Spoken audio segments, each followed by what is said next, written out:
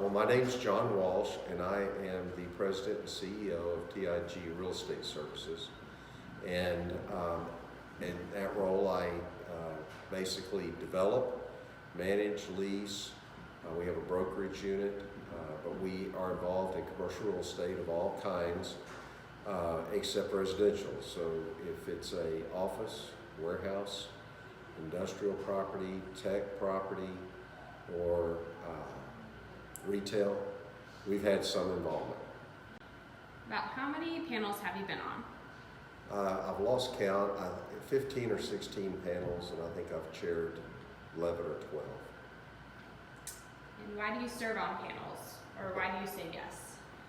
Well, my first invitation to serve on a panel was back in 1998 or 9, and a good friend and someone I had worked on a number of things with outside of ULI called me one afternoon and said, hey, I need an industrial expert, which was my expertise at the time, and we're going to Hengelo, Holland to do an advisory panel. And I said, okay, what's that? And after he explained it to me, and I spent a week in Hengelo, Holland, working on my very first panel under a great chair. Clyde Jackson is one of the best chairs that I've ever heard of or seen. There are a lot of good chairs, but Clyde Jackson was a great one to be in your first panel. And it was a great experience. It was a wonderful place to go.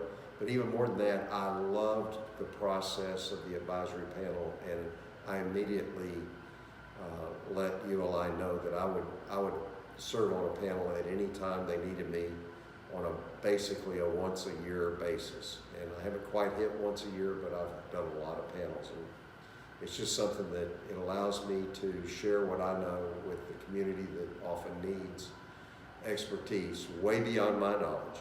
I will add, I always go home with a lot more than I left behind, because I'm around incredibly smart, incredibly committed people for that week. And you will learn if you are involved in a panel. Do you have a favorite or memorable panel in the amount of panels that you've been on? Well, in the 16 panels that I've served on, some stand out as great successes, some stand out as great challenges, and others stand out as Tom Cruise said in Top Gun, it's too soon to tell, but it might have crashed and burned. The most memorable was probably the one where I interviewed the mayor of St. Joseph, Missouri. We had been invited to be on a panel in St. Joe by a medical center operator that was relocating from the historic 100-plus-year-old hospital into an area that was remote relative to the center of St. Joe. And St. Joe had a lot of unique conditions, not the least of which 9 days before we arrived, they had a city council election. It was a highly contested election, and out of the 10 people on the ballot, 9 replaced incumbents. Only one incumbent won, which was primarily due to this issue with this particular hospital relocating. The city council had approved this program before we got there, and I interviewed the mayor, the new mayor, and the first words out of his mouth when we sat down to do our interview on Tuesday were, "You are wasting my time." And I thought, well, this is going to be interesting. We were able to open him up and get some candid answers and move forward in the process.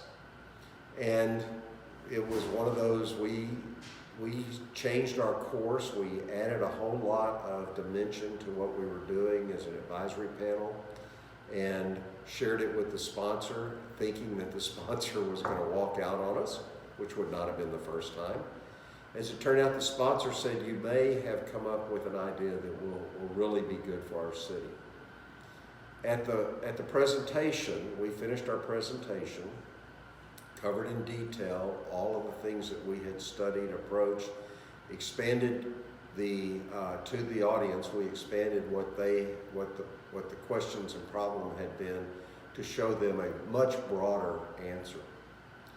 Long story short, the mayor was the only person to ask a question, and he did not ask a question other than he said. He stood up somewhat before he was called on and said, "Mr. Walsh, do you remember what I asked at that meeting and what I said?"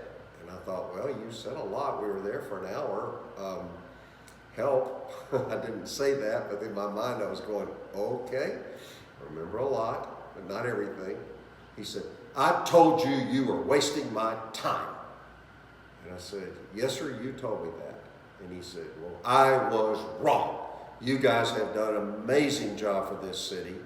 And interestingly enough, it did kind of close the chasm, and it did allow us to leave behind something that I think the city of St. Joseph really liked, and in fact invited me back on the anniversary date for 2 years to see the accomplishments they had made, and they made many. So that was the most memorable. There have been others where we were against a wall. There have been others that were more glamorous places, but that one was probably, from the success and the effort of the panel, the one that overcame the biggest burdens to come up with a solution that seemed to be a long-term good solution. Do you have any final thoughts? Well, yes, I do. If you're a person who has a role in life that you think you should share, I would advise you to try to get involved with an advisory panel. It is a wonderful place to meet people. Some of my best friends at ULI are men and women I've served with. Some of my most memorable experiences and the things that I have contributed back to communities are related to advisory panels.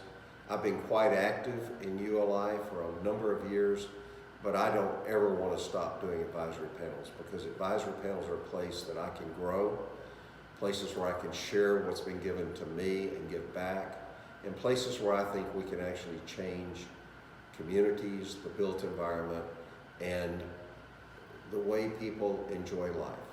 So I hope you will be on a panel. If you're not on a panel in the near future, keep pushing, because there will be an opportunity, and when you capture that opportunity, I think you will enjoy it immensely. Thank you.